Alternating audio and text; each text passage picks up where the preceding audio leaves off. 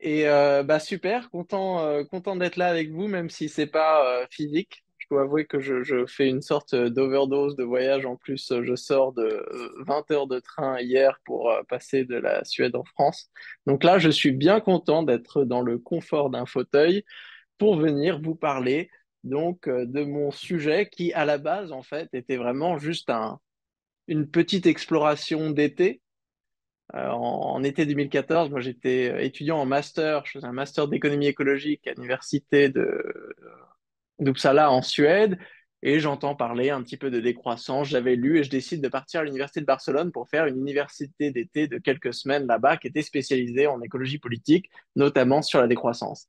Et là, c'est vrai que ça m'a donné un uppercut analytique.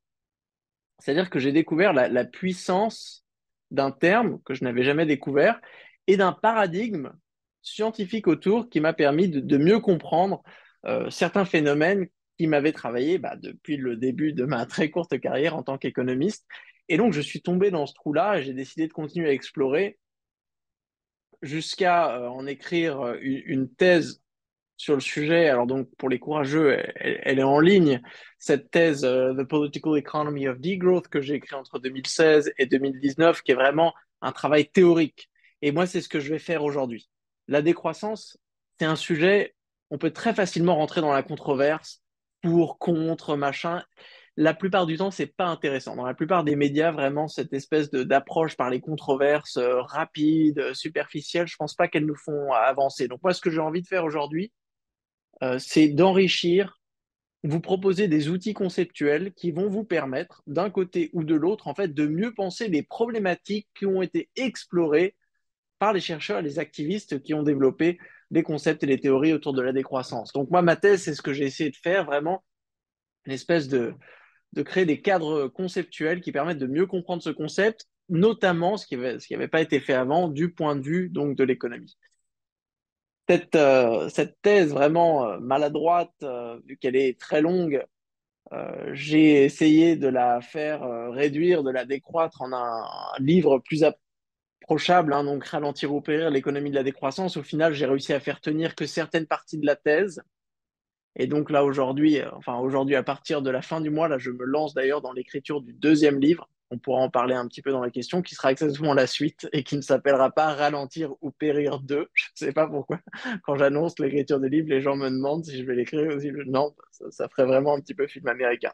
Ok, donc aujourd'hui, j'ai pas mal de trucs à présenter sur les bases de la décroissance, sur la croissance verte, sur le lien entre décroissance et capitalisme. Et je vais essayer vraiment de vous donner quelques concepts qui viennent de ce champ d'études décroissant aujourd'hui. Avant, juste une petite note historique, le concept de décroissance, il date de 2002. Donc 2002, on a ce petit magazine que vous ne connaissez sûrement pas, je ne le connaissais pas non plus quand j'ai découvert la décroissance, et donc avec des personnes comme Serge Latouche, François Schneider, Vincent Chenet, Bruno Clémentin, l'économiste italien Mauro Bonaiti, qui organisent une espèce de special issue autour de cette problématique de la décroissance comme concept critique du développement durable. Alors, il faut se remettre un petit peu dans le contexte.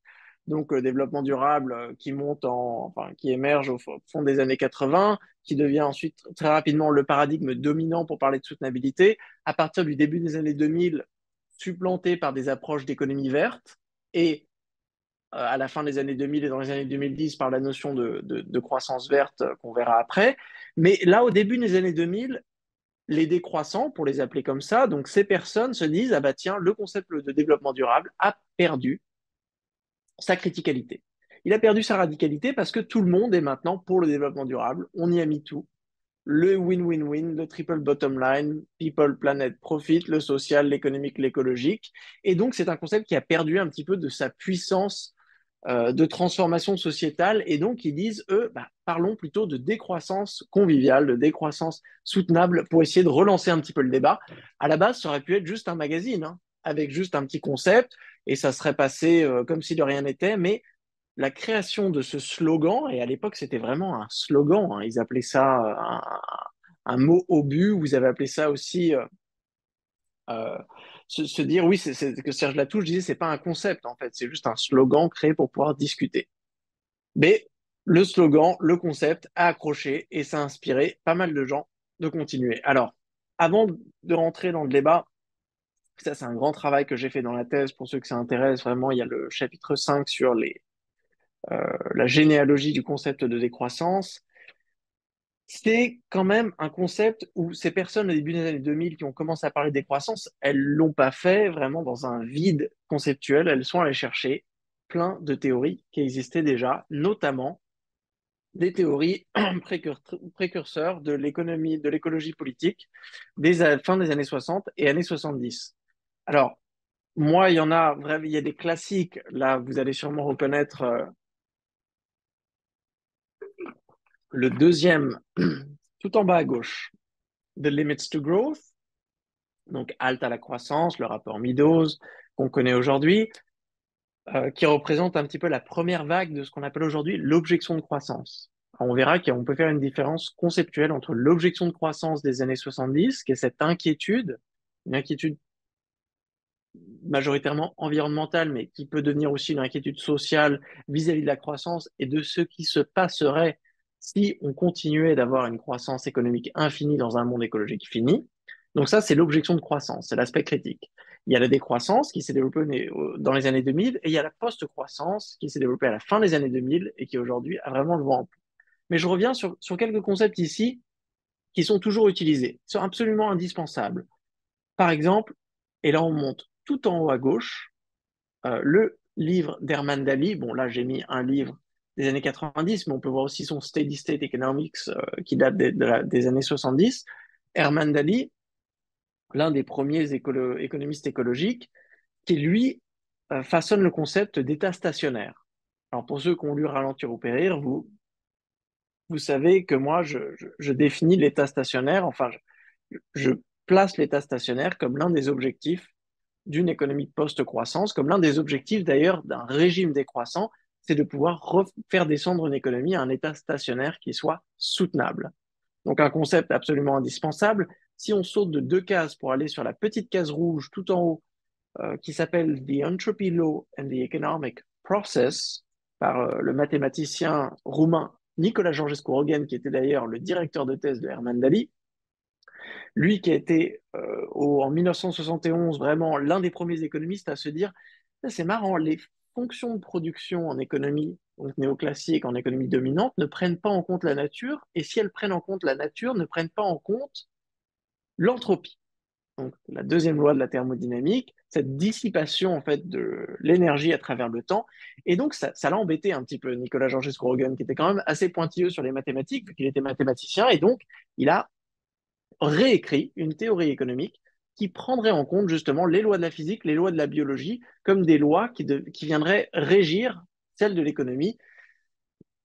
Nous, agents économiques, et nous ne sommes que des animaux aussi utilisant de l'énergie et des matériaux. Et donc, pour Nicolas Georgescu-Roegen, il a inventé ce qu'il a appelé une bioéconomie, c'est-à-dire des règles, des lois économiques, des théories économiques qui soient insérées, encastrées en adéquation avec les lois du vivant, de la biologie, et les lois de la réalité physique. Alors, il y a plein d'autres concepts intéressants. Hein. Ivan Illich, hein, ce philosophe austrio-français qui nous a donné le concept de convivialité dans les années 70, qui était lui-même un disciple de Leopold Kohr, qui était un sociologue économiste allemand, qui avait beaucoup travaillé sur les problématiques de proportion. Et là, on verra aussi, quand je décrirai la décroissance comme une histoire de régime, un retour à l'équilibre. Et ben, on voit qu'il y a vraiment une idée de proportion. C'est-à-dire que la réalité biophysique des écosystèmes, et ben, c'est une réalité finie, avec des capacités de charge spécifiques. Voilà, si vous émettez plus de gaz à effet de serre qu'une certaine limite, l'atmosphère, le système climat va changer. Et donc, il faut toujours s'assurer d'une certaine proportion. Il y a une question d'échelle, de voir est-ce que nos niveaux de production et de consommation, est-ce que la taille de l'économie, est-ce que la taille totale des impacts d'une population humaine est en adéquation avec cette capacité de charge de l'écologie. Donc là, on voit que déjà dans les années 70 et 80, on commence à poser les bases de ce qu'on appelle aujourd'hui l'économie écologique. Donc plein de concepts. Il y a déjà une très belle collection au Passager clandestin qui a déjà sorti une vingtaine de livres qui s'appellent Les précurseurs de la décroissance, où à chaque fois, dans des tout petits livres, ils choisissent une autrice, un auteur, un concept, pour explorer la généalogie du concept de décroissance. Ah oui, bon, bah, j'avais pris l'exemple de Georges Scorogan, j'en ai déjà parlé, et donc tout à droite, vous pouvez voir un exemple de cette collection des précurseurs de la décroissance, écrit par la brillante Sylvie Ferrari, qui est une experte sur Nicolas Georges Scorogan.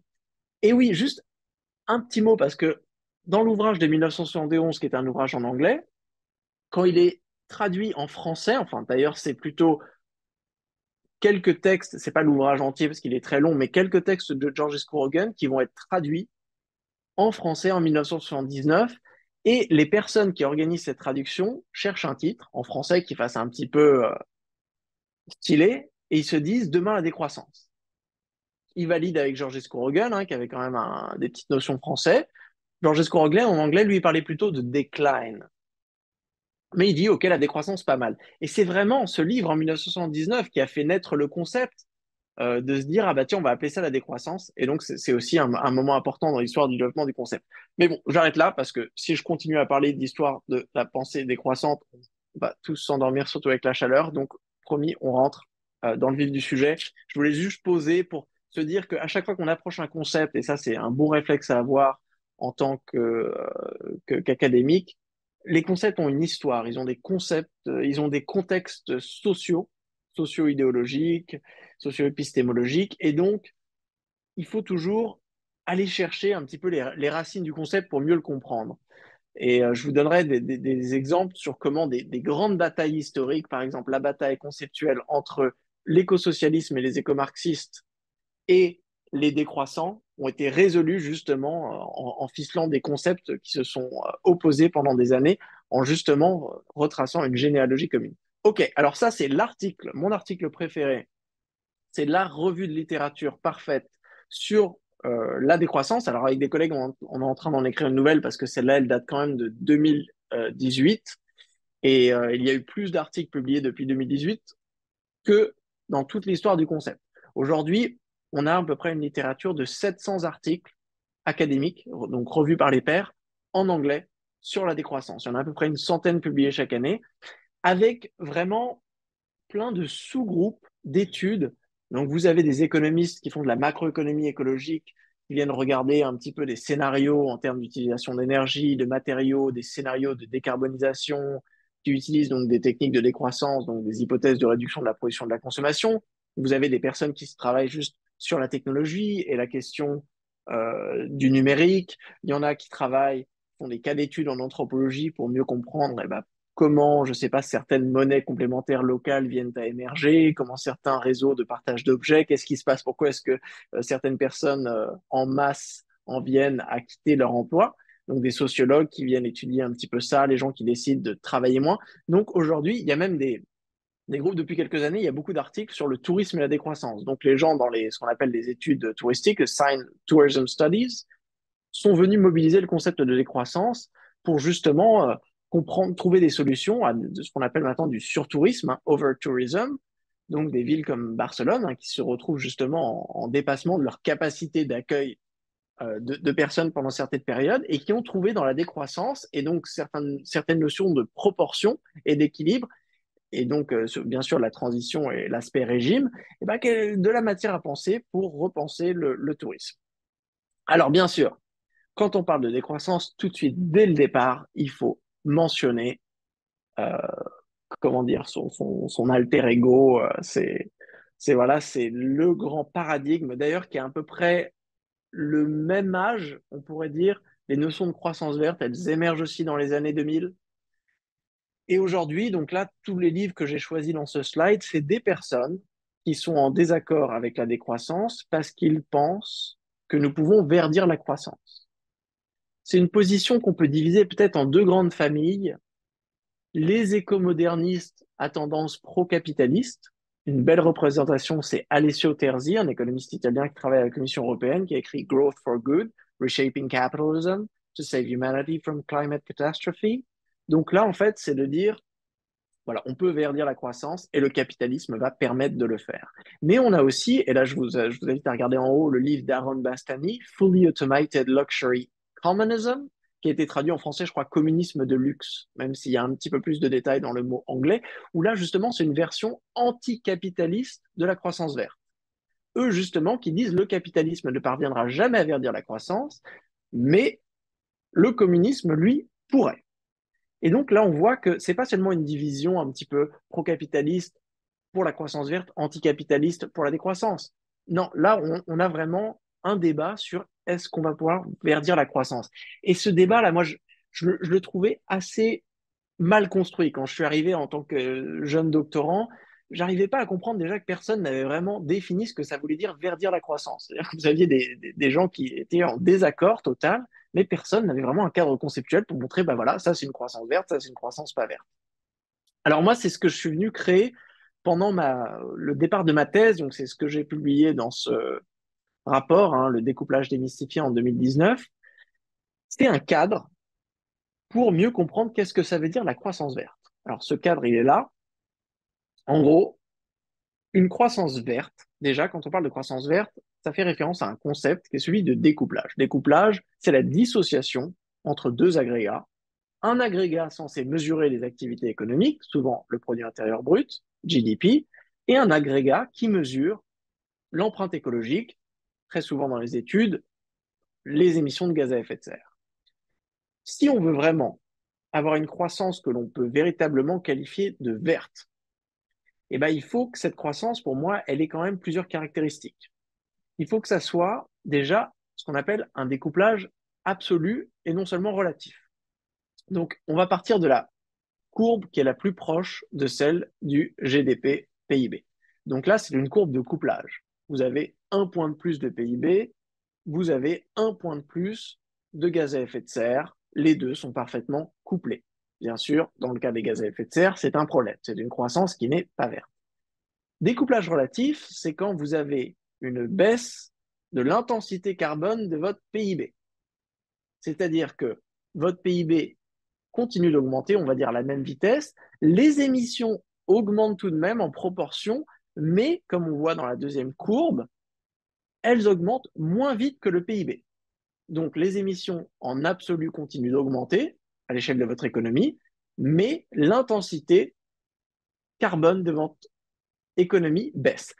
Il faut faire très attention dès qu'on vous parle d'intensité carbone, d'intensité eau, d'intensité quoi que ce soit. C'est une notion d'économiste.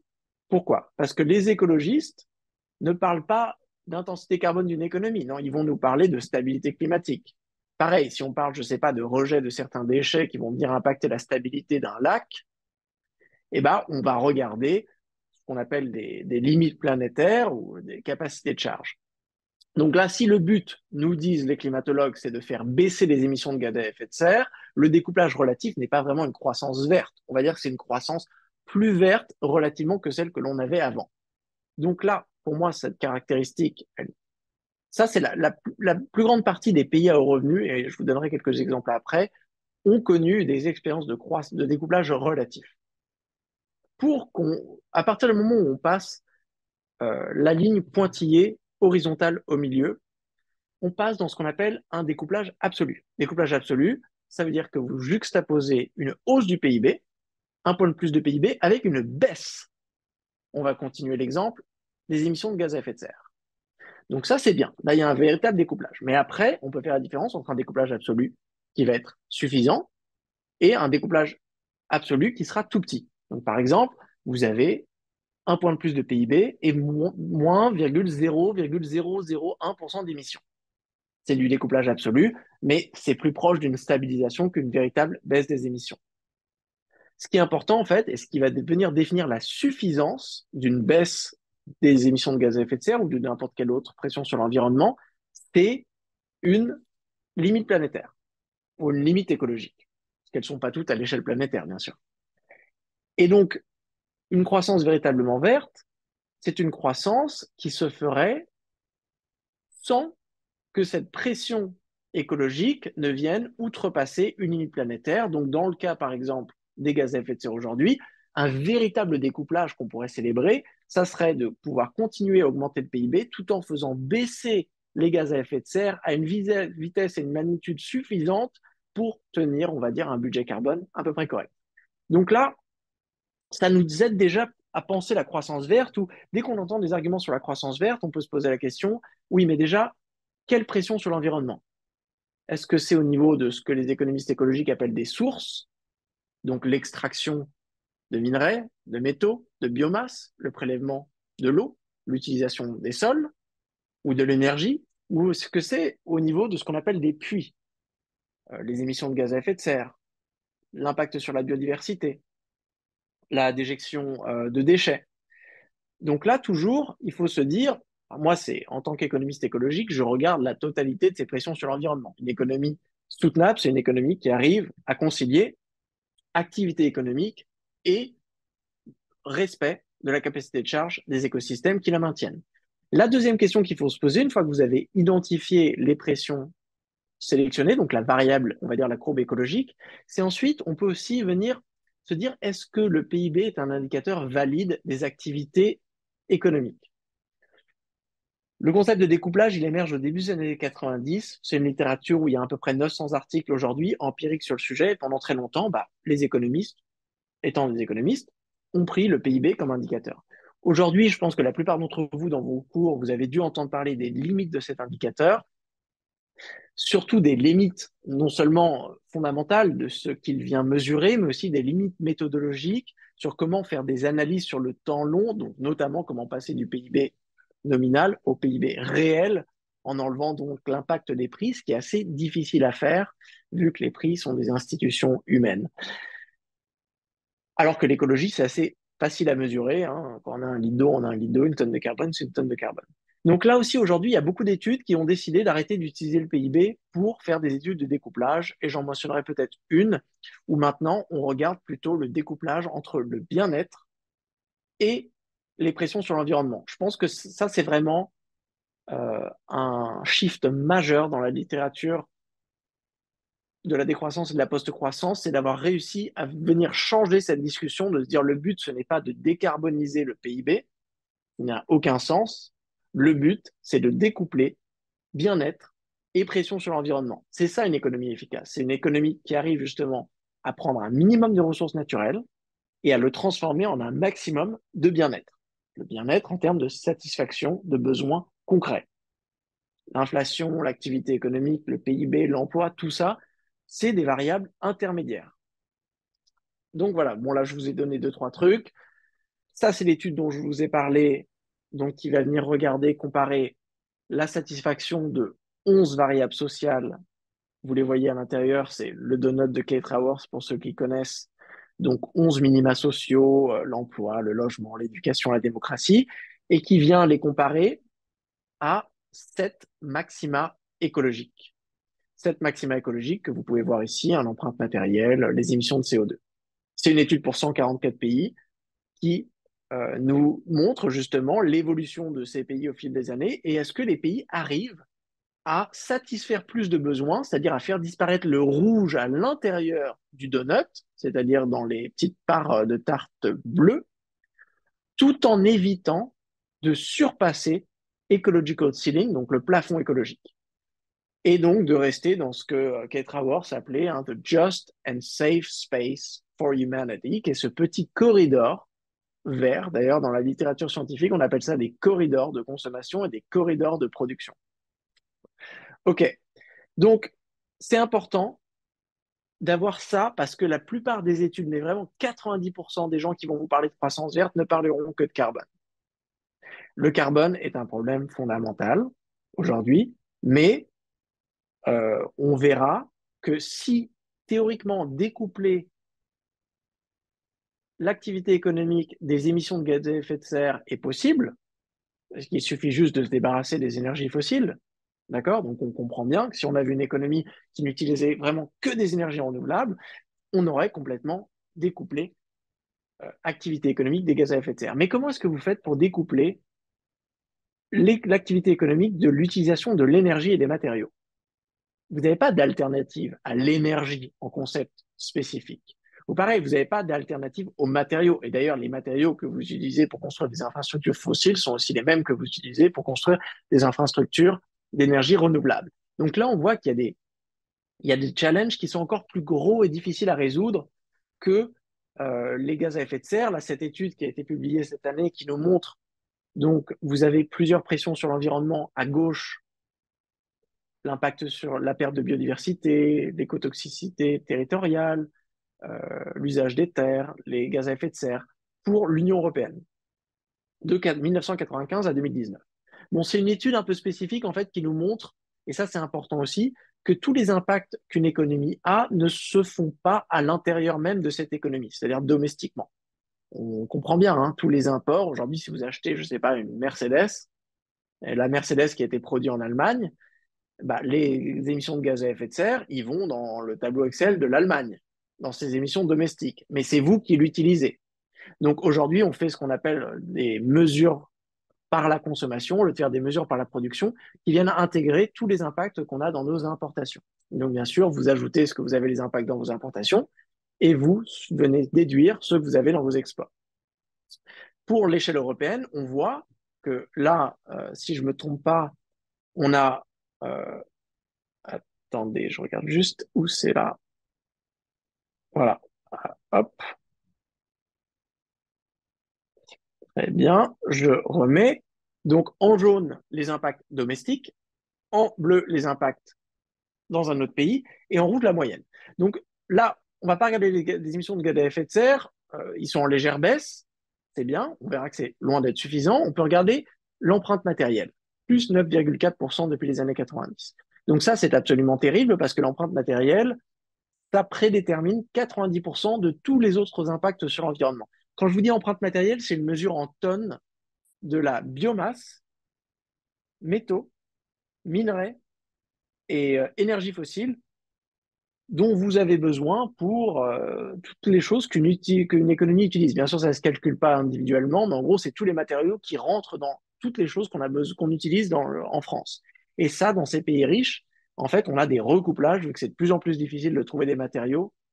On utilise de plus en plus d'énergie pour les forêts et donc de plus en plus de matériaux pour construire l'infrastructure énergétique pour se permettre de trouver ces nouveaux matériaux. Et donc, on observe un recouplage et c'est absolument problématique.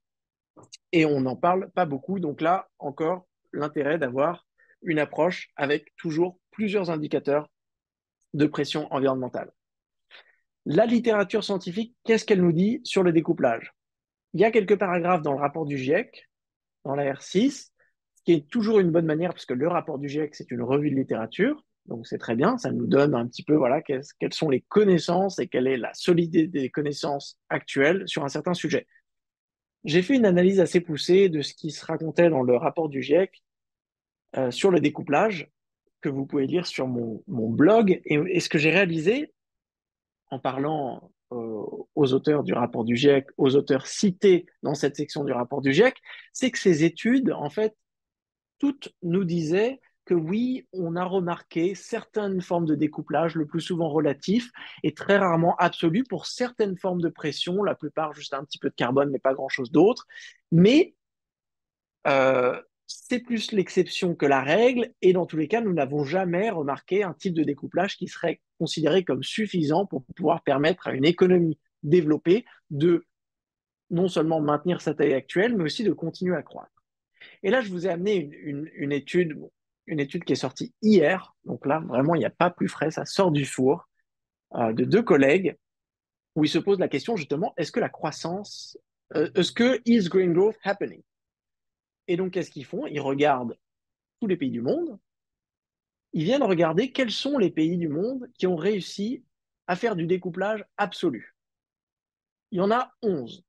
Bon, déjà, ça refroidit un petit peu. Il y en a 11. C'est les pays que vous voyez sur la droite, donc des pays à haut revenu.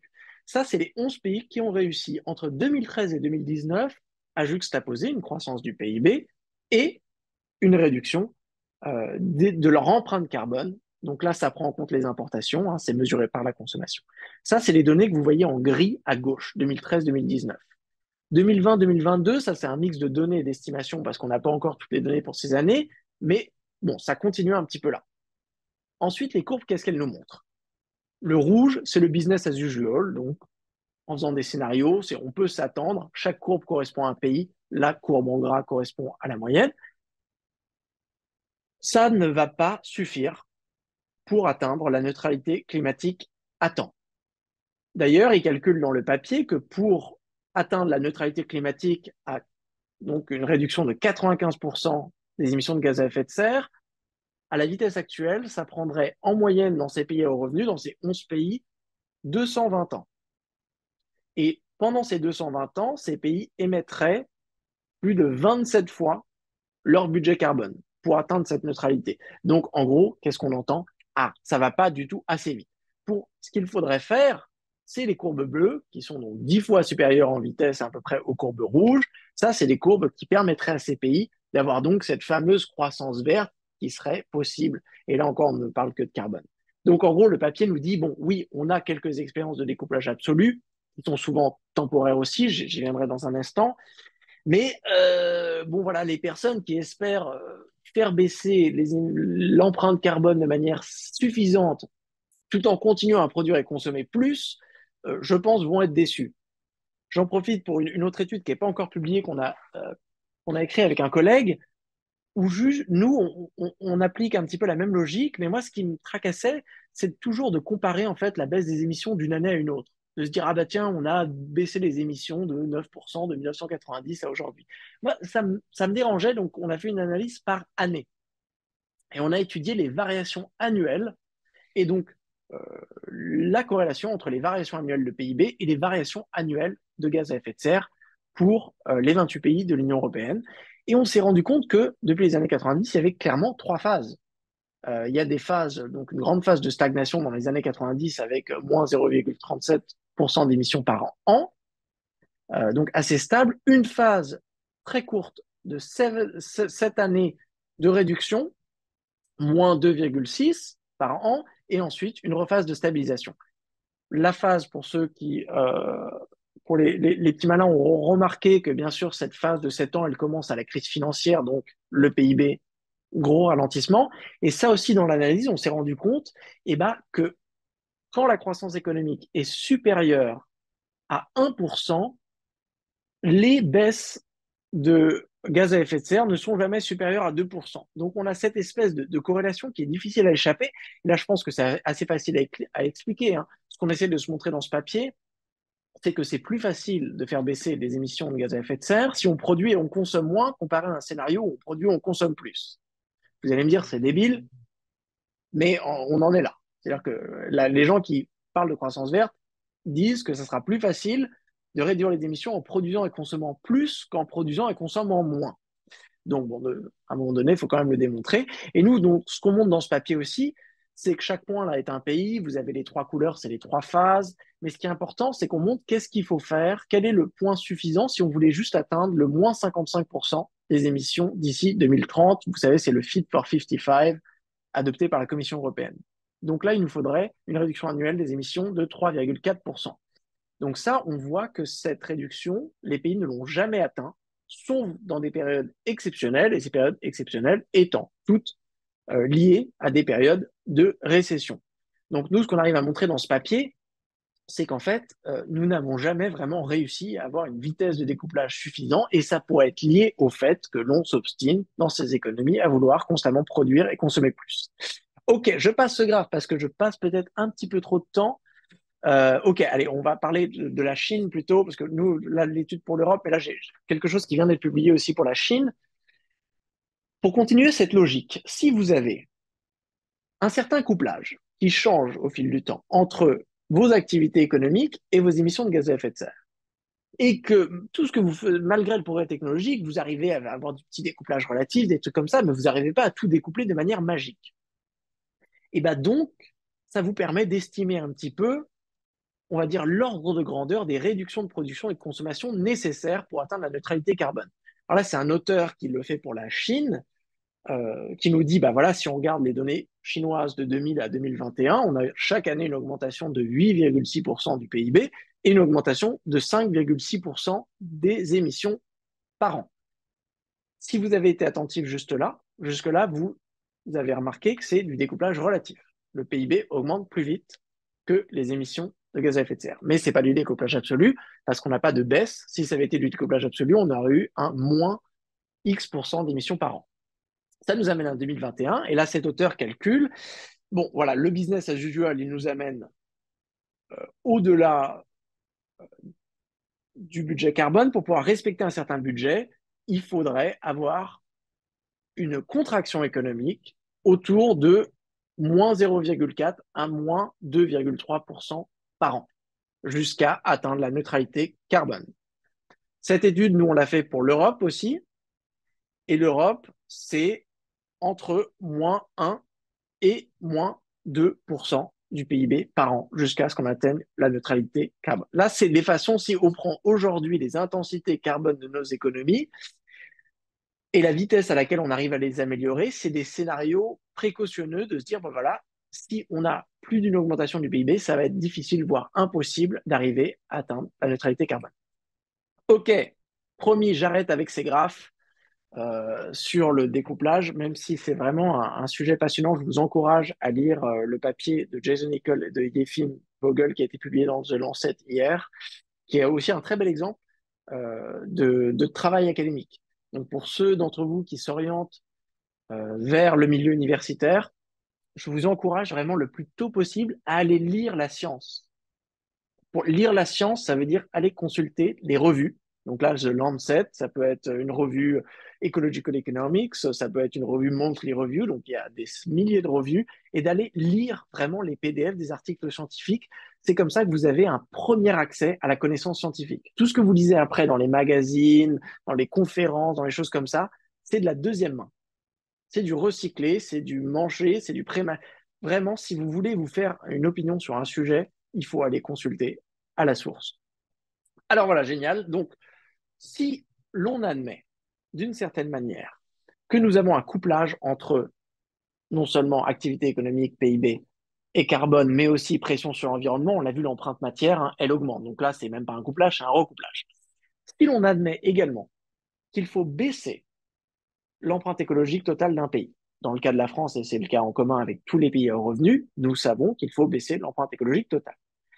Logiquement, cela veut dire qu'il va falloir agir sur la production et la consommation. Et là, on entre véritablement dans la décroissance comme concept. Donc là, on voit que la croissance verte, c'est un petit peu l'approche préliminaire conceptuelle de se dire si nous n'arrivons pas à verdir l'activité économique, il va donc falloir la réduire. Bon, moi, dans mes travaux, j'ai essayé quand même de capturer la diversité de la décroissance dans une seule définition, et c'est la définition que je vous donne ici, qui commence très simplement par une réduction de la production et de la consommation. Pourquoi pas une réduction du PIB? Je n'aime pas le PIB comme indicateur d'activité économique. Je le trouve trop étroit, je le trouve trop changeant en termes de conventions statistiques, et il a une incapacité méthodologique à venir prendre en compte les activités non monétaires, certaines activités publiques qui sont sous-estimées, et bien sûr toutes les activités de l'économie de la nature qui ne comptent pour rien. Donc, dans ma définition, je parle de production et de consommation pour essayer de revenir au concret. Donc la production, c'est pas la valeur ajoutée. Non, production, consommation. Donc réduction de la production et de la consommation. Pour alléger l'empreinte écologique, on l'a vu, c'est la première caractéristique de la décroissance. Planifier démocratiquement, deuxième caractéristique. Ça, c'est pas quelque chose que moi je décide que la décroissance devrait être démocratique. En tant que historien de la pensée qui respecte un petit peu la généalogie conceptuelle du concept de décroissance, il a toujours été associé au concept de démocratie. Pourquoi? On comprend bien parce qu'il a aussi toujours été associé à deux autres concepts, celui de justice sociale et celui de bien-être. Et si vous voulez faire une transition, ici c'est une transition de contraction, donc de régime, de manière juste et conviviale, donc justice et bien-être, c'est presque impossible de le faire d'une manière qui ne serait pas démocratique. Parce que ça voudrait dire que une structure dirigeante connaisse toutes les choses qui fassent votre bien-être et une définition parfaite de la justice qui corresponde aux définitions de la justice de tout le monde. Ça n'existe pas. Donc là, on voit que la démocratie, c'est pas tellement pour moi une position idéologique de se dire oui, la démocratie, c'est bien. C'est plus peut-être presque un aspect logistique de se dire si vous voulez une économie qui satisfait les besoins, donc au plus près de la satisfaction des besoins, une économie efficace. Et donc ça veut dire que l'économie, bon, elle doit cibler bien sûr les besoins insatisfaits pour venir les résoudre, et elle doit aussi cibler les personnes qui ont le plus de besoins insatisfaits. Donc là, on voit que la justice aussi, on peut la rattacher au bien-être. Si vous voulez faire ça, en fait, la planification démocratique est absolument inéchappable. Donc ça, c'est cette définition de la décroissance. Et si vous avez des questions, on les explorera après, que je connecte toujours avec une définition de la post-croissance. Pourquoi? Alors, l'un des problèmes en économie, c'est qu'on a, de manière plus ou moins inconsciente, au fil de décennies de théorie économique, fait l'hypothèse qu'une économie devrait toujours croître. Une hypothèse que je trouve curieuse si l'on admet que l'économie est l'organisation sociale de la satisfaction des besoins. Donc, c'est-à-dire que l'économie, c'est l'organisation sociale de ce processus qui vous permet de passer d'un besoin insatisfait, je suis malade, j'ai besoin de médicaments et de voir un médecin, à un besoin satisfait. J'ai vu un médecin, j'ai pris des médicaments, je suis de retour en pleine santé. Donc, on voit qu'il y a certain caractère éphémère de l'activité économique.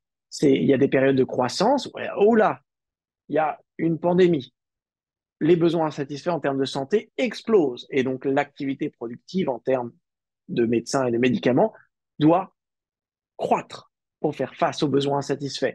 Mais une fois la pandémie passée, à quoi ça sert justement de continuer à croître l'activité productive du secteur de la santé?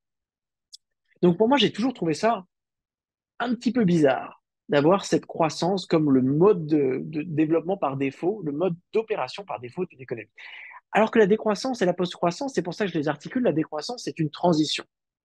Donc, dans un pays comme la France, qui a déplacé ses limites planétaires, donc c'est un pays qu'on appelle en dépassement écologique, pour réduire son empreinte écologique, euh, elle va devoir réduire sa production et sa consommation. On l'a vu, ça c'est démontrable scientifiquement, mais elle ne va pas réduire sa production et sa consommation jusqu'à cesser de produire et consommer quoi que ce soit. Non, le but, comme dans le cas d'un régime, c'est de produire et consommer moins pour avoir un retour à la soutenabilité. Et on l'a vu aussi, dans ce processus, c'est de venir sélectionner non seulement les biens et services les plus intenses en pression sur l'environnement, mais aussi d'avoir une certaine organisation sociale pour faire en sorte que, ah bah tiens, on baisse les empreintes carbone, on va fermer les hôpitaux. Ah, de tous les trucs qu'on pourrait fermer en France, non seulement c'est pas le plus efficace écologiquement, mais socialement, ce serait le plus dangereux. Donc là, on voit bien que la justice sociale du souci du bien-être, elle nous pose des questions quand même fondamentales. Pareil, si on se disait, ah bah tiens, on va mettre, je sais pas, une taxe sur le carbone. Bah, vous mettez une taxe sur le carbone, en termes de justice sociale, c'est pas fou, parce que c'est une taxe qui va s'appliquer à n'importe quelle personne, qu'elle soit pauvre ou qu'elle soit riche. Donc là, on voit qu'il y a quand même besoin, dans cette transition de décroissance, d'avoir plusieurs caractéristiques. Une fois que vous êtes de retour en pleine santé, donc imaginez une économie. Au niveau de votre économie, au niveau de l'extraction et de la déjection de déchets, vous êtes repassé sous le seuil de la limite planétaire, c'est-à-dire que vous êtes à l'intérieur de la capacité de charge des écosystèmes de votre économie. Très bien. Plus besoin de faire de décroissance. Vous entrez dans ce qu'on appelle la post-croissance. Certains appellent ça aussi la croissance, un petit peu comme l'athéisme. Donc sortir de la religion de la croissance pour se dire, dans ce mode post-croissant, qu'on pourrait aussi appeler une économie stationnaire, l'économie, elle va fluctuer. Si un besoin insatisfait, on produit, on consomme plus. On le fait, mais dans la limite des ressources naturelles disponibles, qui n'est jamais une disponibilité exponentielle. Et de la même manière, si un besoin disparaît, on peut se permettre de produire et consommer moins. Donc se permettre de travailler moins, donc se permettre d'utiliser encore moins de ressources naturelles. Donc c'est une économie qui va un petit peu osciller au fil du temps, qui va avoir une stationnarité dynamique, on pourrait dire. C'est ça la post-croissance. Et bien sûr, vous avez le progrès sociotechnique qui fait osciller vos limites, à la fois la limite sociale, parce qu'on va dire une meilleure organisation sociale. Je ne sais pas si d'un coup, fut un temps, dans des économies anciennes, capitalistes, chaque ménage avait sa machine à laver, l'utilisait une fois toutes les 2 semaines, la changeait toutes les 2 ans. C'est très inefficace. Un jour, les gens ont compris que si on mettait les machines en commun dans des buanderies communes, on arrivait justement à faire baisser le nombre de machines à laver moyen par habitant et donc à satisfaire le même nombre de besoins avec encore moins de machines. Et même peut-être se serait-il rendu compte que vu qu'on met en commun dans une buanderie commune, on pouvait se permettre d'acheter des machines à laver vraiment de l'espace extrêmement compétentes et d'avoir donc accès à un service d'une qualité supérieure. On se serait aussi rendu compte de tous les bénéfices, co-bénéfices sociaux d'avoir cette buanderie commune, de rencontrer ses voisins, blablabla. Donc là, dans cet exemple, on voit bien que l'on peut juxtaposer. Donc là, ce progrès socio-technique d'inventer la buanderie commune va nous permettre de mieux satisfaire un besoin tout en réduisant notre dépendance, on va dire, aux matériaux, à l'énergie nécessaire pour produire toutes ces machines à laver. Donc ça fait shifter un petit peu vos limites. De la même manière, ça fait shifter la limite du minima social. Si aujourd'hui, par exemple, pour pouvoir vivre décemment en société, il vous faut une machine à laver chez vous. Si vous n'en avez pas, bah, vous êtes dans le seuil de pauvreté en ce qui concerne les machines à laver. Alors que là, d'un coup, si on se retrouve avec la buanderie commune, on n'est plus à une machine à laver par ménage, on est, je sais pas, à une machine à laver pour 10 ménages. C'est ça le seuil de pauvreté. Donc vous voyez, on a abaissé le minima social. Ce qui est c'est une bonne chose parce que ça donne plus de flexibilité à l'économie. De la même manière, le progrès sociotechnique, il peut nous faire pousser les limites planétaires. Si on découvre, je ne sais pas, une technique de recyclage qu'on ne connaissait pas avant, trop bien. Bah, ça veut dire qu'on peut produire plus de choses à partir des déchets que l'on a déjà, donc sans venir extraire et sans peut-être utiliser une énergie supplémentaire qui va créer un dégât écologique. Donc très bien, là on voit que ça pousse vers le haut. Ces modifications, pourquoi je fais avec mes mains? Alors voilà, je vais faire avec un graphe, et voilà. Donc vous pouvez voir ces petites variations sur les lignes rouges horizontales qui baissent et qui montent. Pour moi, c'est ce qui rend un petit peu cette stationnarité dynamique. Et c'est là vraiment que s'applique le progrès socio-technique. Je répète ça pour montrer vraiment que la stabilisation, même la réduction et la stabilisation de la production, des niveaux de production et de consommation, ne va pas de pair avec la cessation de l'innovation, de la science et du progrès des techniques. Non, ça n'a vraiment aucune corrélation, vu que vous pouvez très bien vous dire, ben voilà, on arrête de produire, je sais pas, des jets privés, des trucs comme ça, et on va plutôt, non, voilà, on ferme le secteur de la publicité. Et au lieu d'avoir des publicitaires, ben, ils vont tous devenir scientifiques. Ben, vous allez sûrement avoir beaucoup plus d'innovation qu'avant. Donc voilà, le fonctionnement interne d'une économie ne va pas vous dire la vitesse du progrès technologique. Ça dépend des choix de production qui sont faits. Donc là, je réalise que j'aurais vraiment adoré faire apparaître ce graphe à peu près il y a 15 minutes. J'espère que vous m'excuserez. Donc c'était exactement ce que j'essayais de décrire, la transition d'un pays en dépassement comme la France, qui est en surchauffe écologique, qui d'un coup passe à travers une phase temporaire de contraction de régime, pour ensuite se stabiliser dans un équilibre de stationnarité dynamique, l'état stationnaire, coincé donc entre le maxima écologique de la surchauffée écologique et les minima sociales de l'insuffisance en termes de activation des besoins. Alors ça, c'est pour l'échelle d'un pays riche. Maintenant, comment ça se passe pour plusieurs pays? Parce que bien sûr, tous les pays ne sont pas riches. Donc les pays riches, ils sont en haut dans le rouge, on l'a vu, pour eux, c'est régime, pour aller vers la post-croissance. Les pays en développement, eux, font face à un défi différent, parce que eux n'ont pas atteint la capacité productive qui leur permettrait de satisfaire l'intégralité des besoins de votre population. Si, je ne sais pas, vous avez besoin d'une machine à laver pour 10 habitants et que vous avez qu'une machine à laver pour 30 habitants, oui, vous pouvez faire des buanderies communes, mais quand même, au bout d'un moment, ça ne va pas marcher. Il faut produire plus de machines à laver. Produire, donc, c'est de la croissance. Le problème, c'est que pour produire plus de machines à laver, il faut plus d'énergie et de matériaux. Autre problème, nous avons dépassé certaines limites planétaires à l'échelle de la planète. Alors, comment est-ce qu'on résout ce problème? Ma proposition, c'est que justement, la décroissance des pays à haut revenu permette de libérer certaines ressources qui peuvent être ensuite utilisées dans des pays du Sud pour leur permettre, et ils ont eux le même objectif que les pays du Nord, c'est-à-dire d'atteindre cette stationnarité dynamique où l'on maintient une qualité de vie haute tout en respectant les plafonds écologiques et les fondations sociales. Ouh, déjà 48 minutes. Ok, je vais essayer de conclure quand même parce qu'on met pas mal de temps pour les questions parce que j'ai peur de dépasser. Je commence à avoir très faim aussi. Donc là, je voulais mettre ce slide pour vous montrer que ces concepts, en fait, ils sont imbibés de points de vue complètement différents et même opposés, symétriquement opposés. En haut, on va dire, c'est le cadre idéologique croissanciste du PIB. Si je vous dis récession, c'est l'accident, c'est la régression, c'est la dépression, c'est le retard, c'est la crise, c'est un choc, c'est négatif. Si je vous dis croissance, là c'est vert, là c'est cool, c'est trop bien, c'est la dynamique, c'est le développement, la civilisation. Et la stagnation aussi, c'est quelque chose de négatif, on est paralysé dans le marasme, on est enlisé. Alors que du point de vue de l'économie écologique, c'est le contraire. C'est-à-dire que la croissance aujourd'hui en France, moi quand je vois des taux positifs de PIB, je me dis pas trop bien, l'activité économique repart. Je me dis, zut, ça va ralentir notre capacité à faire baisser notre empreinte écologique. Donc cette croissance, c'est une excroissance. De la même manière, et j'adore cette analogie de Kate Raworth, qui vous dit que si vous allez chez le médecin et que votre médecin vous dit, eh ben, on a trouvé une croissance dans votre dos, c'est pas positif. Croissance infinie dans un écosystème fini égale problème. Donc pareil ici, moi quand j'entends croissance économique, j'entends voilà quelqu'un qui voulait perdre du poids, qui est dans une situation critique en termes de santé à cause de son surpoids, qui vient de prendre 10 kilos. C'est un problème. Quand j'entends contraction de la production et de la consommation, alors c'est pas non plus comme si c'était j'ouvre pas une bouteille de champagne dès qu'il y a une entreprise qui ferme. Que le problème, c'est qu'il faut faire la différence entre des récessions qui ne sont pas planifiées, accidentelles, qui souvent touchent les plus pauvres d'abord et qui ne sont absolument pas sélectives, qui vont pas venir sélectionner les produits les moins écologiques pour les faire disparaître. Non.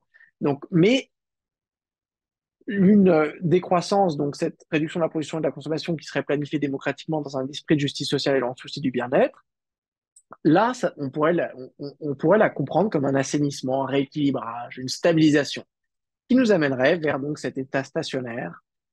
Ce qui me permet de mentionner un des concepts que je trouve l'un des plus puissants pour comprendre cette dualité qui vient du sociologue allemand Hartmut Rosa, que je peux vraiment, enfin, que je vous recommande. Moi, c'est le livre qui a, en 15 années d'études universitaires, la théorie de l'accélération sociale d'Hartmut Rosa est la chose la plus belle que j'ai vue sortir des sciences sociales.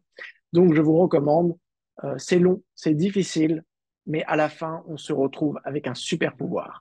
Et ce super pouvoir, c'est la dualité de comprendre les phénomènes de société à travers le prisme du temps. Et donc Rosa qui nous dit une société d'accélération technique, économique, culturelle, au bout d'un moment, ça crée pas mal de problèmes. Et quand ça va trop vite, par exemple une accélération économique, qui veut dire que la vitesse économique, la vitesse de tirage des ressources naturelles est trop rapide par rapport à la capacité des écosystèmes à reproduire euh, ces ressources. Imaginez une pêcherie, hein, vous pêchez les poissons trop vite, il n'y a plus assez de poissons, ils n'arrivent plus à se reproduire, l'écosystème s'effondre. Et bien là, il faut trouver une certaine résonance. Donc, Arcus Rosa, il nous dit, l'accélération, c'est le problème, la résonance, un petit peu, c'est la solution, pour faire simple. De la même manière que nous, certains diraient, voilà, la croissance, c'est le problème. La décroissance vers la post-croissance, c'est une solution. Donc, c'est des concepts que je recommande. Et là, on retrouve vraiment l'essence un petit peu de la décroissance. Donc, cette idée de la recherche de la juste mesure, du enough is enough, d'avoir une économie en harmonie, en équilibre. Et pourquoi c'est important ça? Et là, je reviens vraiment à un concept qu'on utilise beaucoup dans les sciences de la soutenabilité. Hein. Donc, cette idée de soutenabilité, pourquoi c'est important? Parce que satisfaire les besoins aujourd'hui, c'est important, mais pas si vous venez dilapider et sacrifier votre capacité à satisfaire des besoins sur le long terme. Donc là, c'est le développement durable dans sa définition la plus bateau. Et donc, l'harmonie d'une économie aujourd'hui, elle vient prédéterminer sa capacité à satisfaire des besoins demain. C'est pour ça que c'est important. Donc, au final, moi, certains me critiquent mes travaux et disent, ah, Timothée, mais t'es obsédé par les besoins humains. Il y a quand même les humains, il y a d'autres espèces, des choses comme ça. C'est une version très anthropocentrée de l'économie. Bon, oui, en tant que scientifique du social, moi, j'ai du mal à décrocher l'organisation économique des humains. Donc, il y a une certaine primauté des besoins. Alors, bien sûr, il y a des équilibres écologiques qui sont nécessaires et qui peuvent être défendus même s'ils sont complètement déconnectés de certains besoins humains. Et je pense que ça représente d'ailleurs une notion de progrès d'arriver à avoir des, euh, une capacité de sympathie écologique envers d'autres espèces et même d'autres écosystèmes qui sont beaucoup plus larges que des espèces. Je termine avec ce slide. Est-ce que ce sera mon dernier slide? Oui, ce sera mon dernier slide. Ouf. Pour dire que là, en fait, je vous ai donné les bases pour avoir une définition à peu près correcte de la décroissance, comprendre en quoi elle est une réaction à l'impossibilité et l'implausibilité de la croissance verte et en quoi on doit l'articuler avec le concept de post-croissance que j'ai pas vraiment eu le temps d'articuler avec le concept de post-capitalisme. Si ça vous intéresse, n'hésitez pas à poser une question. Mais là, c'est vraiment la base. Moi, ce qui m'intéresse vraiment en tant qu'économiste, c'est comment est-ce qu'on organise cette période de décroissance?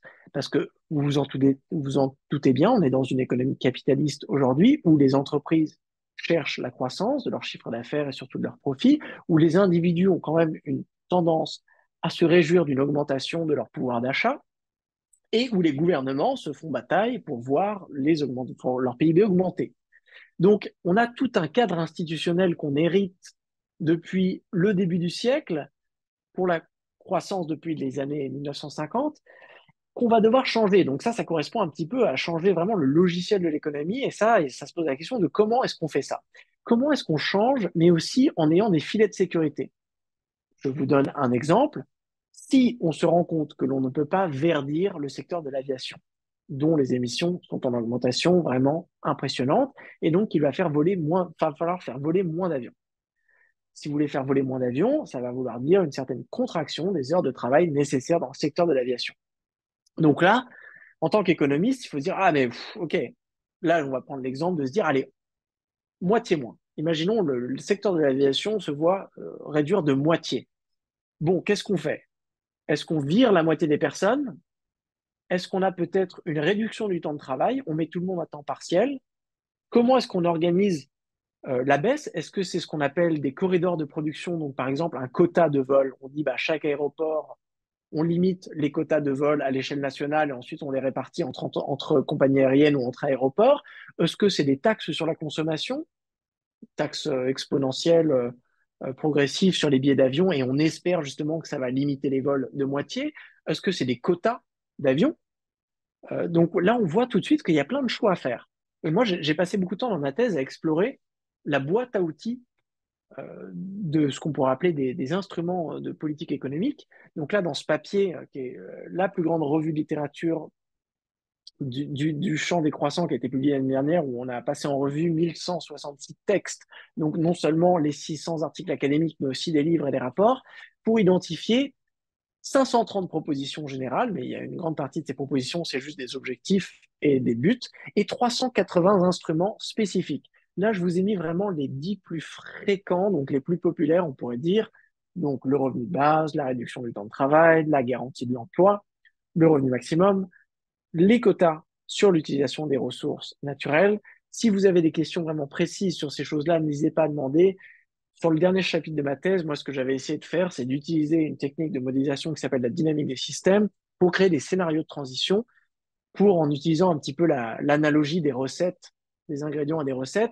Ça, c'est des listes d'ingrédients, mais aujourd'hui, il faut se poser la question, comment est-ce qu'on les met ensemble et lesquels d'abord et où et quoi pour justement avoir cette recette et atteindre l'objectif qui, on l'a vu, c'est d'avoir une réduction de la production et de la consommation qui soit suffisante pour faire baisser l'empreinte écologique totale tout en maintenant eh ben, donc les deux objectifs, celui de la justice sociale et du bien-être. Ceci étant dit, ça fait déjà 58 minutes. Ah, j'avais des exemples que je ne vais pas utiliser et je reviendrai sur plusieurs exemples sur bah, ici les coopératives à but non lucratif comme entité institutionnelle qui pourra remplacer les entreprises à but lucratif, l'habitat partagé, aussi ici coopératif et un but non lucratif qui pourrait remplacer eh ben, l'immobilier capitaliste aujourd'hui, et le rationnement euh, du carbone qui pourrait remplacer la taxe carbone actuelle. Donc ça, c'est vraiment trois exemples, mais chacun ouvre sur une littérature qui bouge très rapidement, que je vous invite. J'ai essayé vraiment d'en faire la meilleure synthétisation dans Ralentir ou Périr, donc c'est un très bon point de départ. Et si vous avez lu Ralentir ou Périr et que vous avez faim de plus, bam, on télécharge un petit PDF de 871 pages, on met son mode English on, et vous lisez ça. Une fois que vous avez terminé, si vous avez encore des questions, bah, n'hésitez pas à m'envoyer un mail pour me les poser, et je vous mettrai en contact avec les chercheurs qui travaillent ou avec les travaux qu'ils ont produits.